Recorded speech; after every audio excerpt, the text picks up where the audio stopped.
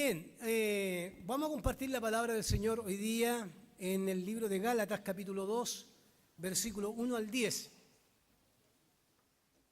El título de este sermón tiene que ver con lo que Pablo ya ha dicho en el capítulo 1. Ustedes saben, para los que se están integrando a nuestro culto recién, hemos comenzado un estudio del libro de Gálatas, revisando esta carta que el apóstol Pablo escribe a los hermanos, a raíz de que en la medida que el apóstol Pablo va avanzando, visitando las iglesias, instruyendo y enseñando la palabra, le pisan los talones personajes, hermanos, entre comillas, que quieren enseñar otro evangelio y ponen en tela de juicio el apostolado del apóstol Pablo, de su mensaje y de su enseñanza. Por lo tanto, en la carta que estamos estudiando nos vamos a encontrar con palabras muy fuertes del apóstol, palabras que son muy directas, pero que tienen que ver también con un momento distinto al momento distinto del apóstol Pablo en relación a los apóstoles que están en Jerusalén. Estos hermanos que visitan la iglesia en Asia Menor para confundir a aquellos que han recibido el mensaje del apóstol, son hermanos judaizantes, ¿ya? Que van detrás del apóstol Pablo, pisándole los talones. Él enseña y por detrás aparecen estos personajes enseñando un evangelio totalmente distinto, confundiendo a las personas y por supuesto también que en la medida que confunden, las personas retroceden en su fe. Gracias, muchas gracias.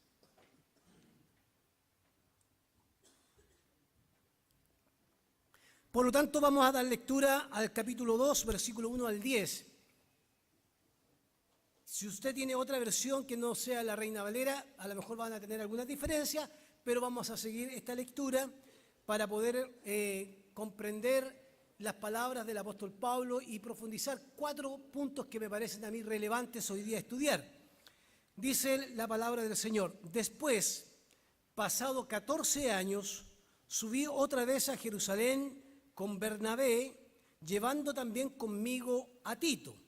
Es muy interesante esto. Van 2 judíos y un griego, y van a la cuna de la religión cristiana, Jerusalén. Es muy estratégico Pablo, lleva a un griego justamente para defender su postura. Versículo 2, pero subí según una revelación, y para no correr o haber corrido en vano, expuse en privado a los que tenían cierta reputación el evangelio que predico entre los gentiles. Los separó de la reunión. Algunos dicen que es el concilio de Jerusalén. A estos que tenían cierta reputación, a ellos le planteó el evangelio que predicaba a los gentiles. Versículo 3, mas ni aun Tito, que estaba conmigo, con todo y ser griego, fue obligado a circuncidarse. Y esto a pesar de los falsos hermanos introducidos a escondidas, que entraban para espiar nuestra libertad que tenemos en Cristo Jesús, para reducirnos a esclavitud. En la NBI me da la impresión que dice, se infiltraron en la iglesia para espiar nuestra libertad y reducirnos a esclavitud. Versículo 5, a los cuales, dice el apóstol Pablo, ni por un momento accedimos a someternos para que la verdad del evangelio permaneciese con vosotros. Pero de los que tenían reputación en Jerusalén, de ser algo, dice, lo que hayan sido en otro tiempo, nada me importa. Dios no hace acepción de personas. A mí, pues los de reputación, nada nuevo me comunicaron. O sea, los que están en Jerusalén, en la iglesia madre, en la iglesia matriz, estos apóstoles y los que lo rodean, nada nuevo me enseñaron y nada nuevo me comunicaron. Antes, por el contrario, como vieron que había sido encomendado el evangelio, se me había sido encomendado el evangelio de la incircuncisión, o sea, a los gentiles, como a Pedro, el de la circuncisión, a los judíos, pues el que actuó en Pedro para el apostolado de la circuncisión, actuó también en mí para los gentiles. Y reconociendo la gracia que me había sido dada, Jacobo, Cefas y Juan, que eran considerados columnas, o sea, estos que tenían reputación, nos dieron a mí y a Bernabé la diestra en señal de compañerismo, para que nosotros fuéramos a los gentiles y ellos a los de la circuncisión o a los judíos. Solamente, dice el apóstol Pablo, nos pidieron que nos acordásemos de los pobres, lo cual también procuré con diligencia hacer. Y eso hizo el apóstol Pablo, preocuparse de los apóstoles, de los pobres. Los capítulos anteriores, es muy interesante que ya se ha predicado, hay un tema que le preocupa al apóstol Pablo. El apóstol Pablo está preocupado de que los hermanos de esta iglesia han sido confundidos, han sido perturbados en su fe y que han abierto la puerta para que los judíos de Jerusalén, esos hermanos infiltrados, pudieran instalar sus enseñanzas, que luego ya las vamos a revisar, instalar sus enseñanzas para que ellos pudieran cumplir ciertos rituales propios del judaísmo para que pudieran ser salvos. Entonces aquí tenemos a un Pablo defendiendo con dientes y muelas la integridad del evangelio, que no se puede colocar, no se puede negociar. La integridad del evangelio hay que defenderla con dientes y muelas, dice el apóstol Pablo. Y si eso significa escribir esta carta y decirle a ustedes qué importante es mantener lo que realmente es el evangelio, lo tengo que hacer. Por lo tanto, a veces suena despectivo, en algunos casos cuando escribe, esos de reputación, nada nuevo me incorporaron a mi enseñanza. No es que esté peleado con los apóstoles de Jerusalén, simplemente es que considera que el evangelio que ha recibido por revelación de Dios es el mismo evangelio que han recibido los apóstoles. La diferencia entre Pablo y entre Jacobo y entre Juan y Pedro es que ellos habían participado de la vida, de la muerte y la resurrección de Jesús. En cambio, Pablo estaba siendo cuestionado porque no había sido parte de ese proceso. Sin embargo, Pablo parte su carta en el capítulo 1, ya lo han predicado el pastor Javier, nuestro hermano Carlos, que parte su carta diciendo que el evangelio que él predica es un evangelio revelado por el Señor. No es revelado por ningún hombre. Por más que en Jerusalén sea la casa matriz, voy a decirlo así, sea la cuna del evangelio, del cristianismo, a mí me entregó el Señor una revelación y me envió a predicar un mensaje liberador para aquellos que no son parte del pueblo judío, o sea, los gentiles. Por lo tanto, mientras Pablo avanza en su visita a las iglesias y luego escribe sus cartas, estos hombres hermanos o, como dice el apóstol tan fuerte, falsos hermanos infiltrados, comienzan a meter en medio de la iglesia enseñanzas que vamos a revisar. Yo tengo 4 consideraciones que me parecen a mí importante revisar. Lo primero tiene que ver con esta defensa. Preservar la integridad del evangelio es algo con lo cual el apóstol Pablo está dispuesto a luchar con toda su fuerza, con toda su alma, para defender que la verdad del evangelio no se puede cambiar. ¿Por qué no se puede cambiar? Primero, porque ha sido revelada por Dios. Y segundo, porque la verdad del evangelio tiene que ver con el núcleo principal, que es la libertad que Cristo nos ha dado. todo lo demás que está en la periferia de esa libertad no sirve de nada. Colóquele rituales, colóquele prácticas, colóquele leyes, sea la ley de Moisés, sea la circuncisión, todo lo que está en la periferia, Pablo dice, eso no sirve de nada. No sirve de nada porque lo más importante para un creyente es la libertad que Jesucristo nos ha dado, la cual fue comprada a precio de sangre. Por lo tanto, Pablo está dispuesto, versículo 3 al 5, más ni aun a Tito, que está conmigo con todo y ser griego, fue obligado a circuncidarse. Y esto a pesar de los falsos hermanos introducidos a escondidas que entraban para espiar nuestra libertad que tenemos en Cristo Jesús. ¿Y para qué? Para reducirnos a esclavitud. Cuando se pone en juego la integridad del núcleo del Evangelio, inmediatamente se establece una esclavitud en las personas. A veces lo que comunicamos no siempre es el Evangelio. A veces lo que comunicamos tiene más fuerza en nuestra tradición y a veces en nuestro legalismo, ¿por qué no decirlo? Y a veces en nuestros propios paradigmas, porque queremos que las personas, parece que a las personas les fuera muy fácil solo creer.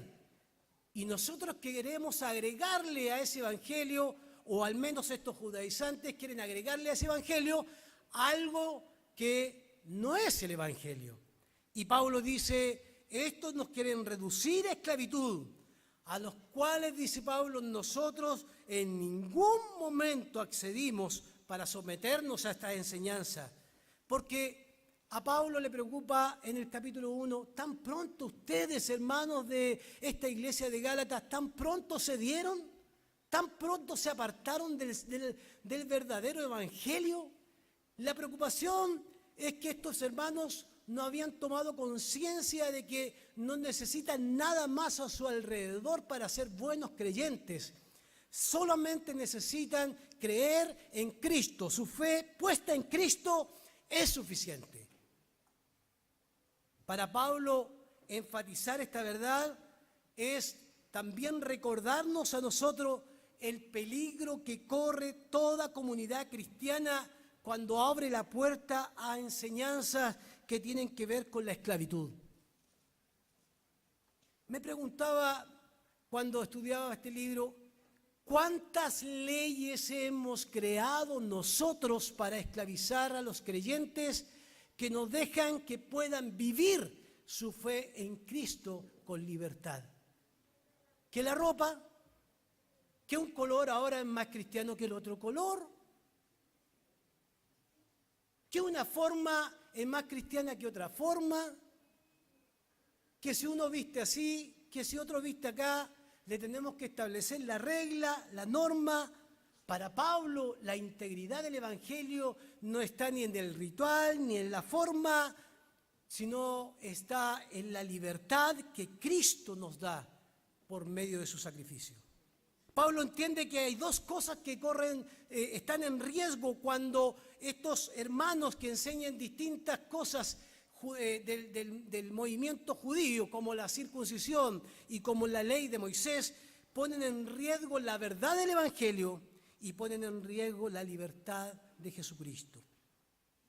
Por eso, hermanos queridos, cuando Pablo defiende esto, lo que está haciendo es luchando para que los hermanos de esta iglesia de Gálatas vuelvan al centro, al núcleo, no a lo periférico. Mientras que por el otro lado, los que enseñaban a la iglesia, a los que venían detrás de Pablo, querían circuncidar a todos. Si eran gentiles, se tenían que circuncidar. Y no solo circuncidar, tenían que respetar la ley de Moisés. Por lo tanto, si querían ser salvos, que es un primer punto, tenían que hacer estas dos cosas. Pero también si querían ser parte de la iglesia madre, de esa iglesia de Jerusalén, de donde están los apóstoles, tenían que hacer estas prácticas que finalmente lo único que para el apóstol Pablo, como conclusión final que sacaba, era esclavizar cada día más a estas personas. Y la pregunta que uno se hace es, nosotros hoy día tenemos infiltrados en nuestras iglesias. Yo dije en la mañana, acá no hay infiltrados porque esta iglesia es perfecta, dije yo. No somos tan perfectos. Pero la palabra infiltrado es fuerte. El apóstol Pablo usa falsos hermanos, pero nos debe llevar a pensar que Pablo considera que quien cambia el evangelio verdadero o quien cambia la libertad de Cristo por prácticas que esclavizan, se convierte inmediatamente en un falso hermano. Eso es fuerte. Eso es fuerte. Eso a veces cuesta decirlo. Eso cuesta decirlo porque cuando nosotros hablamos de libertad, siempre pensamos que estamos hablando de libertinaje. Y no estamos hablando de libertinaje. Estamos hablando de que el sacrificio de Cristo, como dice Hebreos, es uno y para siempre, y fue suficiente. Cualquier cosa que Pablo ve que se le agrega a este evangelio está de más. Y lo hace inútil al punto de esclavizar a los creyentes. ¿Saben? La pregunta que también me he hecho es cuán esclavizados nosotros a veces estamos y no disfrutamos la libertad que Cristo nos da. A todo lo hemos llamado pecado. Parece que todo lo que Dios ha hecho y ha creado, todo es pecado. Hemos construido alrededor nuestro tradiciones, costumbres que no siempre tienen que ver con el mensaje profundo o el centro del Evangelio. Pablo va a defender esto y Pablo está dispuesto incluso a declararlo con toda su fuerza. Estos falsos hermanos, estos quieren pervertir la integridad del Evangelio y lo va a defender. En segundo lugar, tiene que ver justamente con los hermanos. Hechos capítulo 15, versículo 1, en la iglesia de Antioquía, una iglesia que era guiada por el Espíritu Santo del Señor, se producen algunas cosas muy interesantes. Dice lo siguiente: algunos que habían llegado de Judá a Antioquía se pusieron a enseñar a los hermanos, y estos son los judíos de Jerusalén, y les decían: a menos que ustedes se circunciden conforme a la tradición de Moisés, no podrán ser salvos. Entonces acá nos encontramos con tres problemas de los judaizantes. Uno,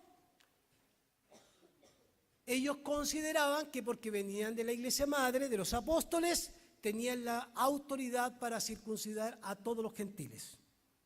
Dos, creían porque venían del movimiento de los apóstoles de Jerusalén, estaban con toda la autoridad para instalar una verdad distinta a la que Pablo estaba predicando. Por eso cuestionaban el mensaje de Pablo, porque seguramente lo encontraban que no estaba de acuerdo al mensaje de Jerusalén, que ellos creían. Sin embargo, para estos personajes que recorrían las iglesias circuncidando y predicando, también se les presentaba un tercer tema súper importante, que en la medida que se predicaba la verdad del Evangelio, ellos confundían y perturbaban a los hermanos. Y ahí surge otro tema que debemos pensarlo, porque hoy día, en el tiempo en que vivimos, nosotros podemos confundir y perturbar a nuestros hermanos que son más nuevos en la fe, con cultura, con tradiciones, con algunos ritos que a veces esclavizan a las personas. Me pregunto a mí mismo esto cuando uno estudia y reflexiona, porque cuando uno es pastor va madurando, y cuando mira para atrás uno dice: ¡ay, Señor!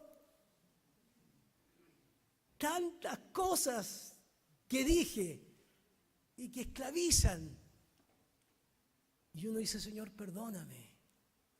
Pero también lo pensé al revés, dije, ¿a cuántos eché, Señor? ¿A cuántos alejé? Porque podemos acercar a las personas con el verdadero evangelio de libertad, o podemos alejar a las personas con todas aquellas cosas que están en la periferia que esclavizan a las personas. ¿A cuánto hemos alejado y a cuánto hemos acercado al evangelio? Y digo, Señor, perdóname. Pero también me surge una pregunta. ¿Existe hoy en la iglesia del siglo XXI otro evangelio que se esté predicando? Y yo digo que sí. Observen este video, por favor.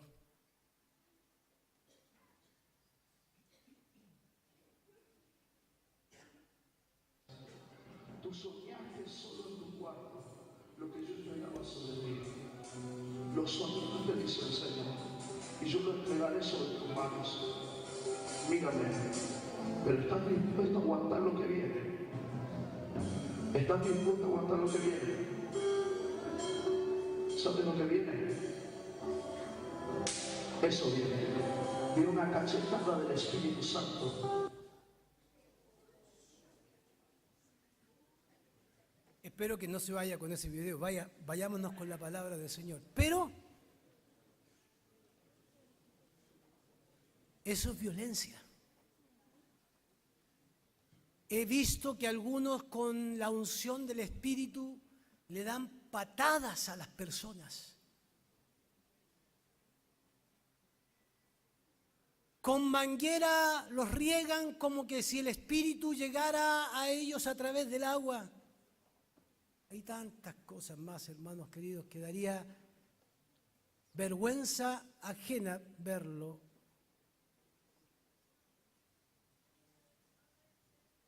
No da lo mismo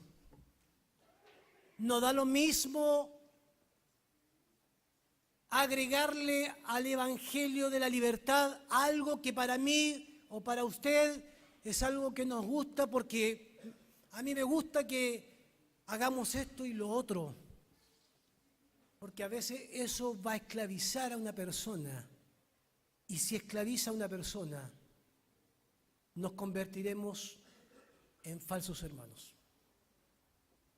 Es duro decirlo, porque nosotros no hemos sido llamados para esclavizar a las personas.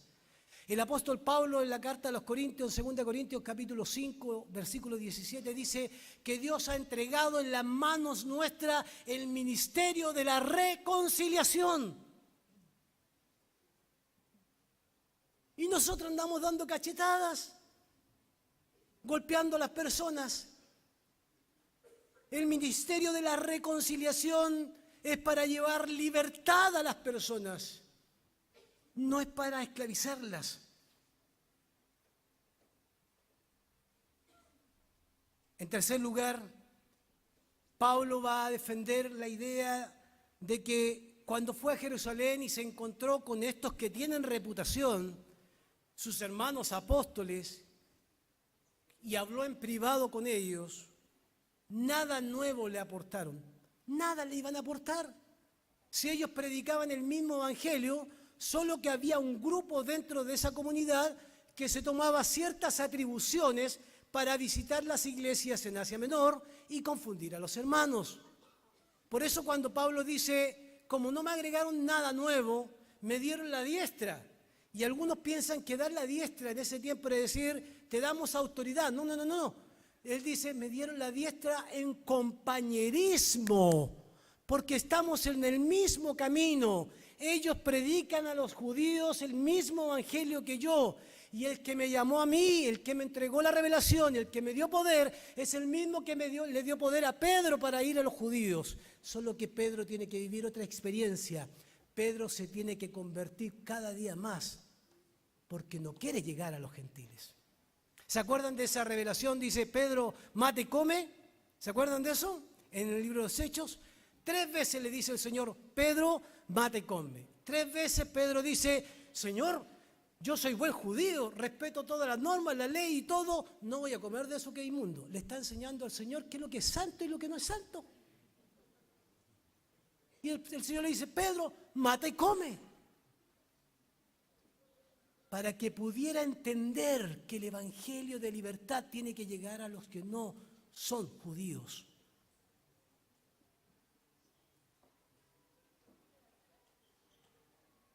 Tantas tradiciones, hermanos, que a veces nosotros le queremos enseñar a Dios qué es lo que es santo y qué no es santo.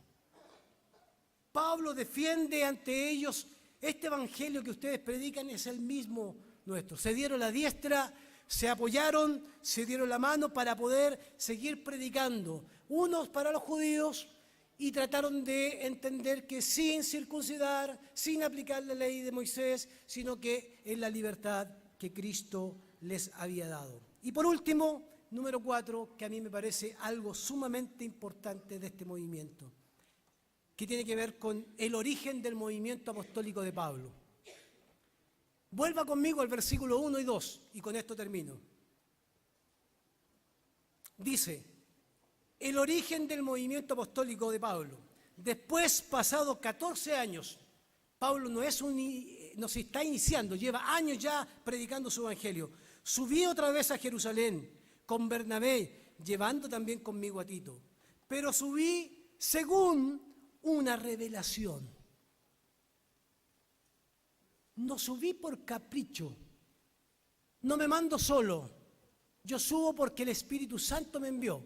Cuando uno revise la historia del libro Los Hechos, en el capítulo 11, cuando llegue a su casa, revíselo, estaban en la iglesia de Antioquía, en una reunión, y Dios tocó el corazón de los hermanos, se levantó uno de los hermanos en profecía y habla a la iglesia, vayan y atiendan a los pobres porque viene una hambruna. Y se levanta el apóstol Pablo en obediencia al Espíritu por medio de la iglesia, que el Espíritu Santo habla por medio de la iglesia. Y se levanta el apóstol Pablo y otros más y van a ayudar a Jerusalén y a otros lados más con ofrendas que llevan. Pero mire qué interesante es esto. Pablo se mueve guiado por el Espíritu Santo en medio de la comunidad. Los falsos hermanos se mueven ¿por qué? Por las tradiciones y por los rituales.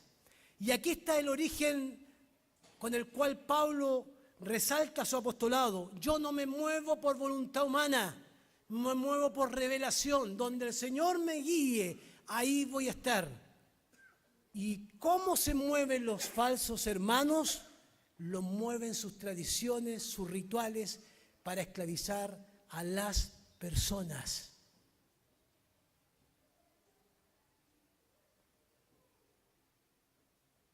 Me recuerdo de la historia de Felipe. Felipe se encuentra con el etíope, con el eunuco que fue a Jerusalén. Jerusalén era la fiesta religiosa más importante. Aquel hombre llegó de Jerusalén en su carro, iba perturbado. Todo lo que hizo en Jerusalén no le sirvió de nada. Escuchó hablar de Cristo, seguramente venía con una inquietud, no fue satisfecho en su necesidad espiritual. ¿Por qué no fue satisfecho en su necesidad espiritual? Porque era mutilado, era un eunuco, y Deuteronomio 28 dice que ninguno que había sido mutilado podía ser parte del pueblo de Dios. Su gran frustración de ese hombre era que no podía ser parte del pueblo de Dios, hasta que se encuentra con Felipe. Pero Felipe no se mueve porque quiere. El Espíritu Santo de Dios lo acerca al eunuco. Y es interesante porque el etíope hace la pregunta correcta: ¿qué impide que yo sea bautizado? Porque seguramente está esperando que Felipe le imponga una ley. Y Felipe le dice: no, amigo mío, tú eres extranjero, ¿crees en Jesús con todo tu corazón? Y dice el eunuco: sí, yo creo. Y fue bautizado. ¿Qué movió a Felipe? El Espíritu del Señor. ¿Qué mueve al apóstol Pablo? El Espíritu del Señor. ¿Qué mueve a los falsos hermanos?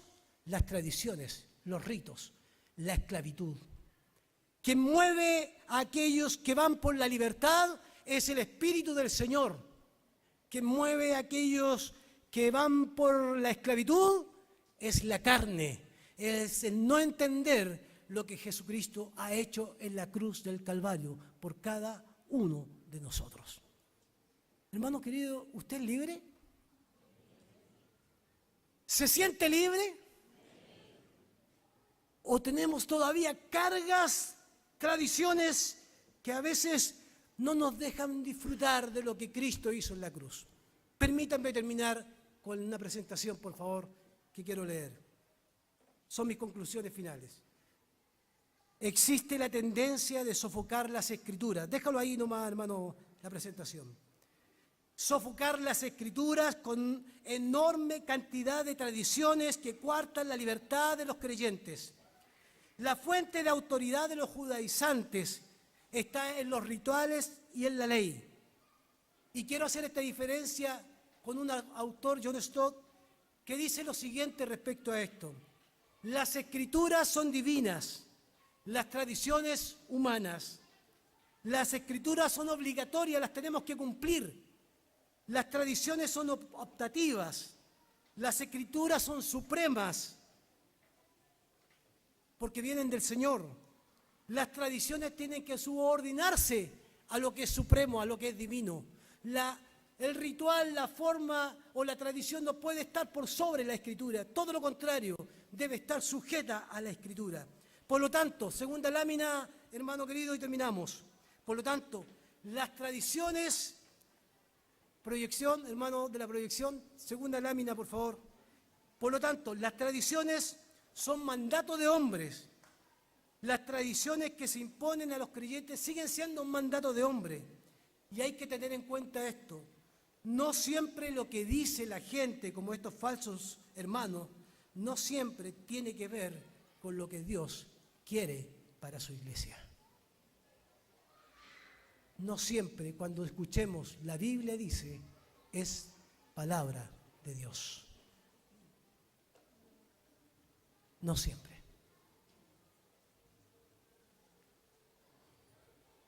Vamos a orar al Señor para terminar nuestro sermón. Cristo, la integridad del Evangelio debe cuidarse como el apóstol Pablo lo hizo, porque Cristo nos ha hecho libres. Señor, gracias por tu palabra. Gracias por las palabras del apóstol Pablo, por la defensa del Evangelio, de la integridad del Evangelio. Gracias por la libertad que tú nos das en Cristo Jesús, que no tenemos que agregarle nada a esto maravilloso. Vivir en santidad ante ti, Señor, es el desafío que tenemos diariamente.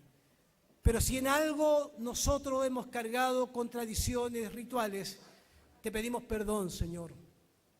Pero ayúdanos también a comunicar a otros el Evangelio de la libertad, la buena noticia que libera, que da libertad a aquellos que están cautivos, pero que también nos liberta, Señor, de la religiosidad, Señor, cada día. Muchas gracias por tu palabra. Que esa palabra sea viva cada día en nuestros corazones. En el nombre de Jesucristo, Señor nuestro. Amén. Amén.